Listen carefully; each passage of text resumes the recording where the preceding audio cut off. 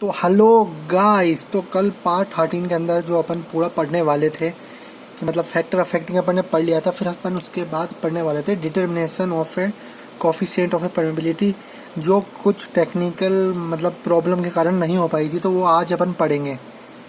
तो वो मैं आपको बता देता हूँ किस तरह क्या चीज़ होती है।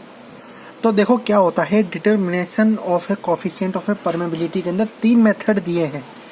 तीन मेथड हैं जो फाइंड करते हैं अपन, ठीक है।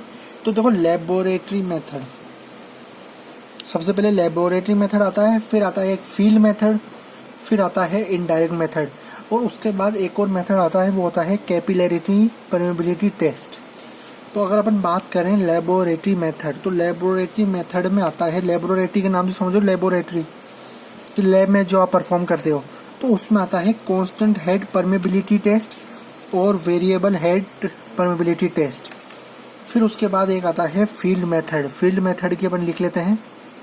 तो फील्ड टेस्ट में आता है पंपिंग आउट मेथड और पंपिंग इन टेस्ट, मतलब pumping out test, pumping in test, मतलब एक आउट और एक इन है। और फिर उसके बाद दो मेथड जो मैंने आपको बताया है, इनडायरेक्ट मेथड और इनडायरेक्ट मेथड और कैपिलैरिटी परमेबिलिटी टेस्ट, ठीक है। तो ये भी मेथड है, लेकिन ये थोड़ा डीप चल जाता है, तो इसके लिए तो अपन को जाना नहीं, अपन को सिर्फ जो अपने एग्जाम पॉइंट ऑफ व्यू से है वो कांस्टेंट हेड परमेबिलिटी और वेरिएबल हेड परमेबिलिटी टेस्ट का देखना है।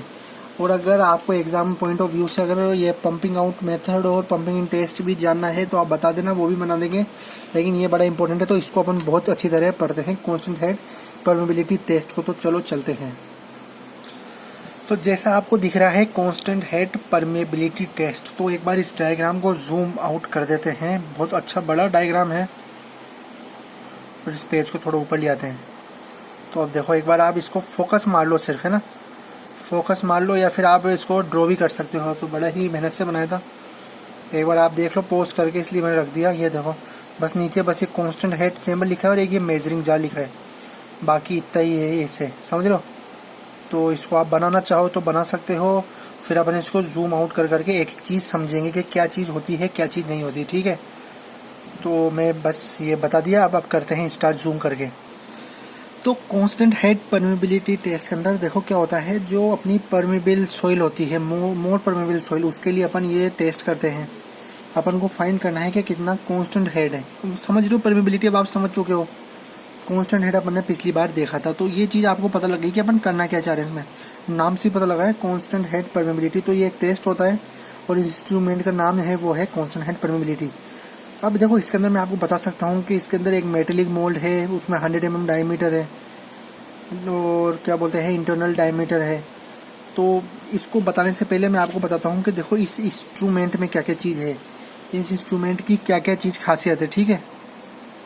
तो देखो, वाटर जो फ्लो होगा, जो वाटर सप्लाई अपना है वो ऊपर से है। तो वाटर सप्लाई अपना ऊपर से है, तो देखो इसके अंदर ये जो चैम्बर बन रहा है, इसको बोल रखा है इन्होंने कांस्टेंट हेड रिजर्वॉयर, या इसको इन्होंने और बोल रखा है, अगर आप दूसरी बुक में देखते हो तो इसमें इन्होंने बोला है ओवरहेड। ओवरहेड मतलब ऊपर की तरफ ओवरहेड टैंक, ठीक है। तो ओवरहेड टैंक बोल रखा है। तो ओवरहेड टैंक में 3 ट्यूब्स हैं, इनलेट, आउटलेट और ओवरफ्लो। देख लो, ओवरफ्लो अंदर आ रहा है, इनलेट, आउटलेट ये जो बाहर जा रहा है, समझ गए। 3 ही ट्यूब दिख रही है इसके अंदर। सिर्फ मैं इसकी बात करूँगा अभी। ओवरहेड टैंक बोल सकते हैं, कांस्टेंट हेड रिजर्वॉयर बोल सकते हैं, जिसके अंदर 3 ट्यूब्स हैं। सबसे पहले ये ध्यान रखना है कि वाटर सप्लाई हो रहा है, जहाँ से ज़्यादा होने पर ओवरफ्लो हो जाता है, या फिर आउटलेट, जहाँ आउटलेट चला गया मतलब आगे चला गया, ठीक है। अब आगे चलते हैं, अब अपन इसमें चलते हैं। तो इसमें आप देखो, जब अपन ये देखो ये आ गए, अब इधर क्या है, ये होती है पोरस डिस्क। ये दोनों जगह पोरस डिस्क लगी हुई है, इधर भी, और इधर अपना सैंपल रखा था, सैंपल ऑफ ए सॉइल, जिसकी लेंथ ये इस जगह एल है। और ये जो अपने ये एल लिखा है, ये पीजोमीटर है, जिसमें अपन नापते हैं कि कितना डिफरेंस आ रहा है, ठीक है। ये आपको बाद में बताएंगे। तो ये पोरस डिस्क है। तो पोरस डिस्क की क्या खासियत है, तो देखो पोरस डिस्क की ये खासियत है, तो पोरस डिस्क है वो कम से कम 10 टाइम मोर परमेबल होनी चाहिए, किसके, जो अपना सॉइल ले रहे हैं ना उसके, मतलब जो सॉइल सैंपल लिया तो उसके 10 टाइम और मोर परमेबल होनी चाहिए ये पोरस डिस्क। अब इधर जो अपना है ये है air release valve. Air release valve मतलब जो भी कुछ एयर है, मान लो अपने सॉइल सैंपल में कुछ एयर या कुछ वॉइड्स हैं, तो वो निकालने के लिए, डी एड करने के लिए, या पहले से जैसे वाटर फ्लो होगा, ठीक है, वाटर फ्लो होगा तो वाटर फ्लो हो रहा है लेकिन एयर निकालनी पड़ेगी, ठीक है, तो ये इसलिए यूज़ है। और ये इधर रबर स्टॉपर लगा हुआ है। और ये हो गया बॉटम टैंक, जिसको अपन इन्होंने बोला है constant head chamber. Bottom tank हो गया ये जो आपने देखा। और ये हो गया मेजरिंग जार, इधर से जो पानी आ रहा है जो मेजरिंग जार, ठीक है। अब इन्होंने बहुत चीज़ें बोल रखी है कि मतलब जो क्या बोलते हैं कि इसके अंदर इंटरनल डायमीटर कितना होता है, क्या क्या चीज़ होती है, क्या क्या चीज़ नहीं होती। तो अब आपको समझाते हैं एक बार और। तो अब देखो क्या है, इस सॉइल सैंपल के अंदर अपन ने डाल दिया और ये जो पोरस डिस्क थी इसको अपन ने डी एड कर दिया। डी एड मतलब इसमें से एयर वेयर निकाली और ये जो अपने ट्यूब जा रही है इसमें से डी एड निकाल चुके हैं अपन।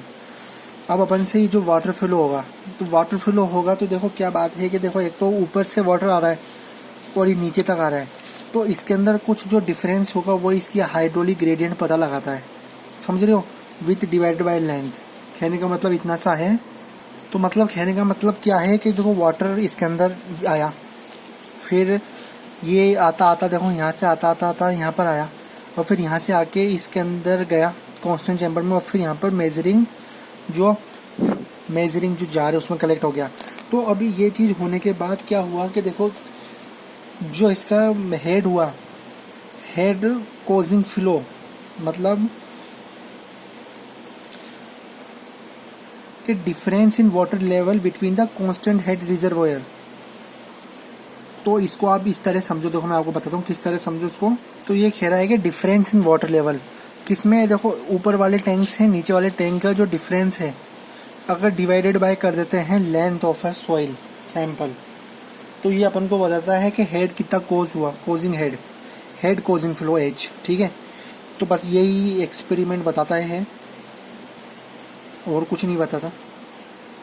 ये जो चीज़ें हैं मैंने ये वो लिखी है कि देखो के फाइंड करना है, के फाइंड करना है। के क्या है बताने की जरूरत है, ये तो आपको पता ही होगा। तो के कोफिशिएंट ऑफ परमेबिलिटी बहुत सिंपल है, पोरस डिस्क के बारे में बता दिया, at least 10 time more permeable than soil. Overhead tank में 3 ट्यूब्स होती है जो मैंने आपको बता दिया, इनलेट ट्यूब, ओवरफ्लो ट्यूब्स और आउटलेट फ्लो। तो देखो ये है पूरा जो सारांश मैंने निकाल के दिया है ना, ये पूरे एक्सपेरिमेंट का सारांश है। देखो ये पढ़ लो एक बार। The constant hydraulic gradient I causes the flow in the head as, मतलब कहने का मतलब क्या है, difference in the water level of the overhead and bottom tanks divided by the length of the sample. तो लास्ट में देखो क्या होता है, if the Q is the total quantity of flow in the times interval T. तो ये चीज आपने पढ़ी होगी, तो जो छोटा वाला क्यू है जिस तरह मैं याद करता हूँ equal to Q by T होता है। अब इसका क्या है, सॉल्यूशन होता है डेरिवेशन, तो वो अपन देखते हैं। तो देखो बड़ा ही सिंपल है, अपने पिछली बार पढ़ा था जब Q equal to k I ए होता है डार्सी लॉ के अकॉर्डिंग, जो आपको मैंने पिछली बार पढ़ाया था, आपने देख भी लिया होगा। K equal to coefficient of permeability, A equal to cross section area. अब जो ये I equal to H upon L, I H upon L कैसे आया, तो अब आपको एच अपॉन एल का भी बताते हैं। तो देखो ये दूसरा पेज लिया है मैं, जब स्टार्टिंग ये लेक्चर लिए थे, जब मैंने आपको डार्सी लॉस पढ़ाया था, तो आपको थोड़ा बहुत याद हो कि 2 वेसल ए बी, देखो ये वाला थोड़ा बहुत याद हो, मैंने पिछली बार जब लिया था लेक्चर, ये 2 वेसल होते हैं। थोड़ा मैं इसको क्लियर कर देता हूँ, देखो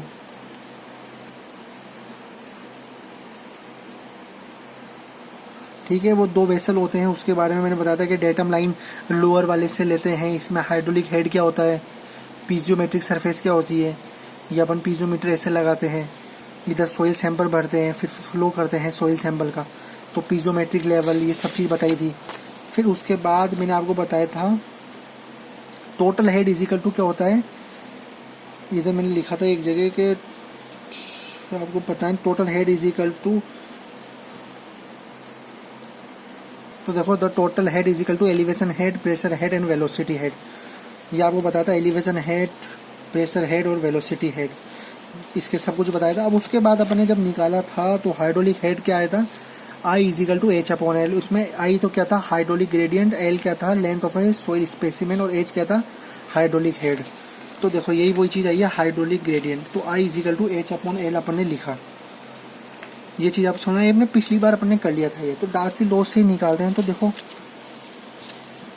क्या होता है, अभी मैंने आपको बताया था इस छोटा Q equal to Q upon T था, बड़ा वाला टी, अभी पेज पढ़ के बताया था। तो क्यू अपॉन टी, देखो इस क्यू की जगह लिखा Q upon T equal to k I ए, सही है। इस क्यू की जगह तो ये लिखा, और फिर अपने के आई ए लिख दिया। अब अपने पास देखो ये आई भी है और ये आई भी है, देखो इस वाले आई को इस वाले आई में अपन ने पुट करा, तो देखो ऐसे करके देखो इधर ही इस जगह करके देखो Q upon T is equal to K into H upon L into A. अब आप खुद एक बार इधर से के निकालो, तो अगर आप के निकालोगे तो क्या आएगा, ये Q upon T into L upon H into 1 upon A, यही चीज़ निकल के आएगी जो यही चीज़ निकल के आई है। तो देखो ये चीज़ निकल के आई, तो ये ही क्या बोलते हैं, इसका फॉर्मूला है coefficient of permeability can be calculated. तो जो कोफिशिएंट ऑफ परमेबिलिटी है ना वो इससे कैलकुलेट कर सकते हैं। और जो ये जो टेस्ट है किसके लिए सूटेबल है, ये है high permeable soil, that is कौन सी होती है, coarse grain soil like sand and gravel. तो इस टेस्ट के अंदर यार ये चीज़ होती है, समझ रहे हो। अब उसी प्रकार ये वाला टेस्ट आता है falling head permeability, falling head permeability. तो जैसे कांस्टेंट हेड परमेबिलिटी था वो किसके लिए था, वो था मोर परमेबल सॉइल के लिए। तो जो है फॉलिंग हेड परमेबिलिटी है वो है लेस परमेबल सॉइल के लिए।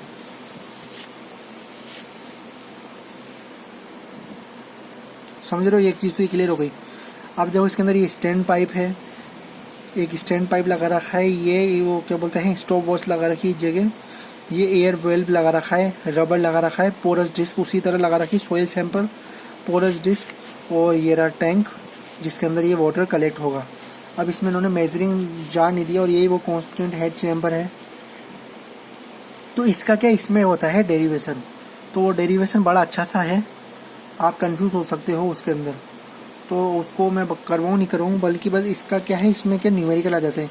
इसमें भी अपन को के निकालना है, तो के निकालने के लिए इसका निकलता है 2.30 AT alpha L log H1 upon H2, ये फार्मूला निकलता है। इसमें से अगर अपन डेरिवेशन करते हैं ना 2.30 AT into AL log H1 upon H2।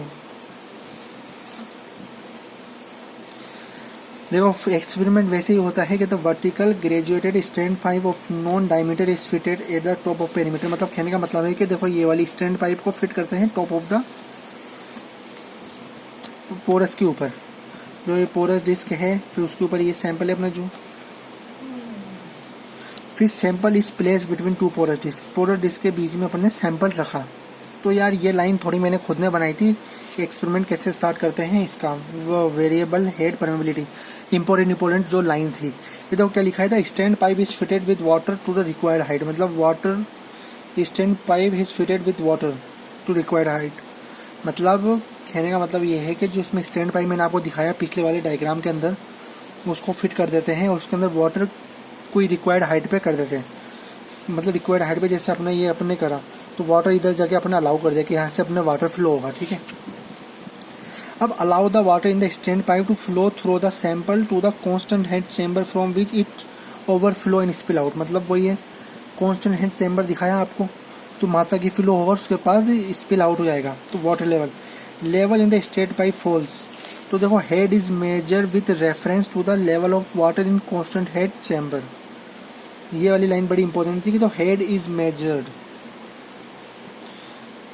Measured with reference to the level of water in constant head chamber. मतलब आपको एक बार डायग्राम में दिखा दो, फिर उससे समझ में आएगा आपको कि कहना क्या चाह रहा है ये। तो इस डायग्राम पे अपन वापस से आते हैं, ये वाला, ठीक है। अब अपन करते हैं इसको समझना स्टार्ट। तो देखो अब समझना स्टार्ट करते हैं कि ये क्या होता है स्टैंड पाइप। वो होता है नॉन क्रॉस सेक्शन एरिया का, जो अपन को पता हो उसको अपन रखते हैं। ये जो परमीमीटर है इसको कहते हैं, जो बॉक्स दिख रहा है ना आपको जिसके अंदर सॉइल सैंपल आएगा, परमीमीटर के ऊपर इसको फिट कर देते हैं, ठीक है। अब उसके बाद क्या करते हैं, वाटर को फ्लो करना स्टार्ट कर देते हैं। और फ्लो करने के बाद देखो क्या एक्सपेरिमेंट कब स्टार्ट होता है, एक्सपेरिमेंट जब स्टार्ट होता है जब स्टेडी फ्लो हो जाता है। कौन सा फ्लो, स्टेडी फ्लो स्टार्ट हो जाता है। स्टेडी स्टेट फ्लो पे रीच होने के बाद स्टार्ट होता है। अब देखो क्या चीज़ है, अब देखो यहीं से समझना स्टार्ट करो आप। अब बहुत सिंपल है, देखो पानी ऊपर से आया, ये जो अपना स्टैंड पाइप है यहाँ से पानी आया, और फिर कहाँ पर गया, कांस्टेंट हेड चैम्बर, ठीक है। इसका नाम मैंने लिख नहीं रखा क्या, इसका नाम है देखो इस जगह का, इसका नाम याद रखना, कांस्टेंट हेड चैम्बर, कांस्टेंट, ठीक है, कांस्टेंट हेड चैम्बर। आप समझ गए स्पेलिंग HEAD हेड और CHAMBER chamber, constant head chamber. तो क्या है, यहाँ से पानी स्टार्ट हुआ और कांस्टेंट हेड चैम्बर में आया और फिर निकल चुका, ठीक है। यहाँ तक तो आपको समझ में आ गया। तो अब देखो मैंने आपको क्या बोला कि स्टैंड पाइप में अपन देखो वाटर यहाँ तक ले रहे हैं अपन ने, मैंने बोला था कि वाटर इज फिल्ड, याद होगा जो पहली वाली लाइन बोली थी कि वाटर इज फिल्ड। तो मतलब देखो क्या है कि पानी बह रहा है, पानी का डिफरेंस ही देख रहे हैं कितना डिफरेंस आया।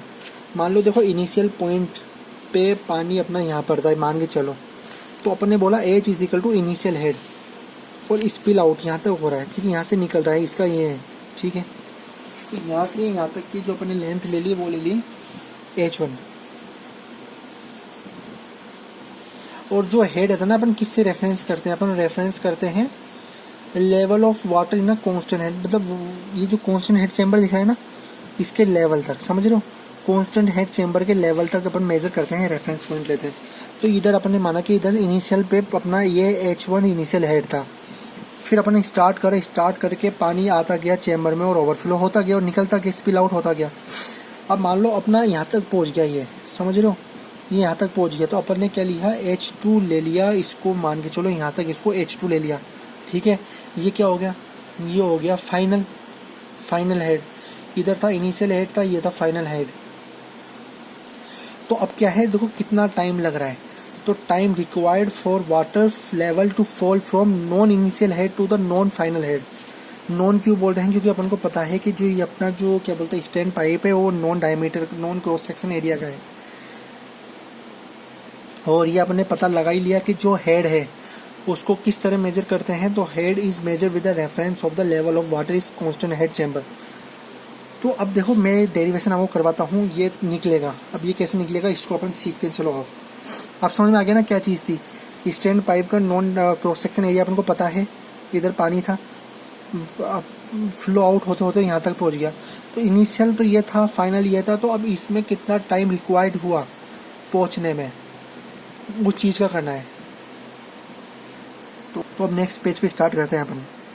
इसको करने से पहले एक चीज़ मैं बताना चाहूँगा कि इसके अंदर कोई मेजरिंग जो क्या बोलते हैं मेजरिंग जो जार थी ना उसमें अपने कांस्टेंट हेड में उसमें ज़रूरत नहीं होती, क्योंकि इसमें तो अपन टाइम रिकॉर्ड के हिसाब से कर रहे हैं, कितना टाइम लगा, समझ रहे हो, पहले टी टाइम पे इतना था फिर उस टी टाइम पे इतना हुआ, इसलिए। तो देखो डेरिवेशन स्टार्ट करते हैं कि let the H head is H at an instant, H head is H at any instant, ठीक है, at any instant। तो अगर ये हेड H माना है तो small time dt and head fall bye DH, let the discharge, मतलब देखो बड़ा Q था, Q इज इक्वल टू, नहीं बड़ा Q नहीं था, ये अपने क्या लिखा था, बड़ा Q is equal to Q into T, या मान लो Q is equal to Q by T, ये अपने इधर लिखा था ना इस जगह स्टेडी फ्लो के लिए। अब स्टेडी फ्लो होता है जब, ये स्टेडी फ्लो की कंडीशन है, if Q is the total quantity of flow in the time interval T, steady flow की कंडीशन है, ठीक है। तो Q is equal to Q by T, क्योंकि अपन स्टेडी फ्लो अपन ने देखा, स्टेडी फ्लो होने के बाद ही अपन स्टार्ट करते हैं एक्सपेरिमेंट। अब स्मॉल टाइम D तो Q dt, और ये Q क्या होता है, Q is equal to V into A. तो वॉल्यूम क्या है, वॉल्यूम मतलब माइनस, मतलब देखो क्या होता है, Q is equal to V है, volume into area, Q is equal to AB cross section area. तो इससे क्या चीज़ आती है, इससे आती है देखो क्या, ADH is equal to minus Q dt,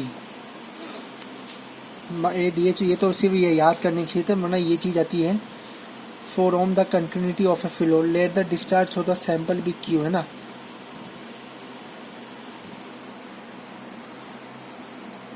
अब उसके बाद क्या करते हैं, उसके बाद अब जो ए है, ए क्या है, ए है क्रॉस सेक्शन एरिया किसका, जो स्टैंड पाइप का, ठीक है। तो ये ए डी एच इधर के इधर लिखा, is equal to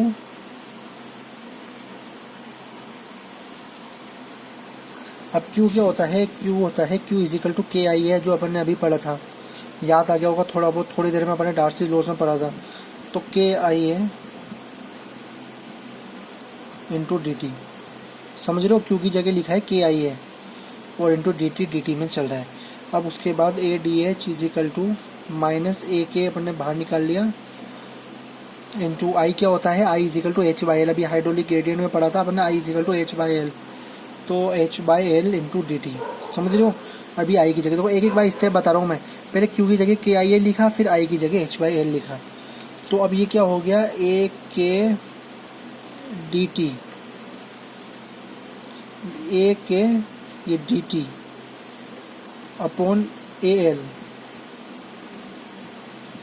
A K D T upon A L equal to minus D H upon H, बन गया minus D H upon H.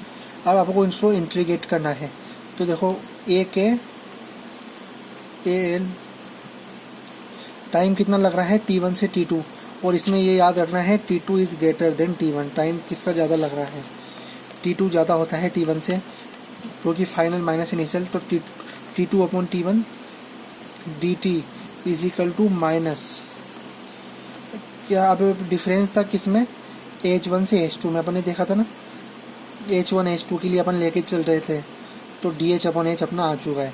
अब इसको अपन सॉल्व करते हैं, तो ए के ए एल, इसको सॉल्व करने पर T2 माइनस T1 इतना इंटीग्रेशन तो आपको स्पीड में कर ही लेते हो, और D H upon H log H आ जाता है, फिर लॉग एच के बाद आप क्या बोलते हैं, जैसे लॉग एच आ गया ऐसे, फिर उसके बाद ये H2 अपॉन H1 होता है, तो H2 अपॉन H1 लिख देते हो, तो क्या आता है log H2 minus log H1, फिर उसको अपने ऐसे लिख देते हैं लॉग H1 अपॉन H2, मतलब इस तरह लिखते हैं लॉग H1 अपॉन H2, समझ रहे हैं ना, क्योंकि फिर इसको इंटीग्रेट करेंगे, फिर उसको अपन से डिवाइड में लिख देंगे, उसकी प्रॉपर्टी होती है। ये तो सब कुछ समझ में आ गया। अब देखो ये ए K D T upon A L T2 minus T1 log H1 upon H2, तो यार कि ये याद हो रखा है मेरे को, इसलिए स्पीड में हो जाता है। तो इसके अंदर जो के है, के की जगह A L upon A T नीचे ले गए, लॉग ई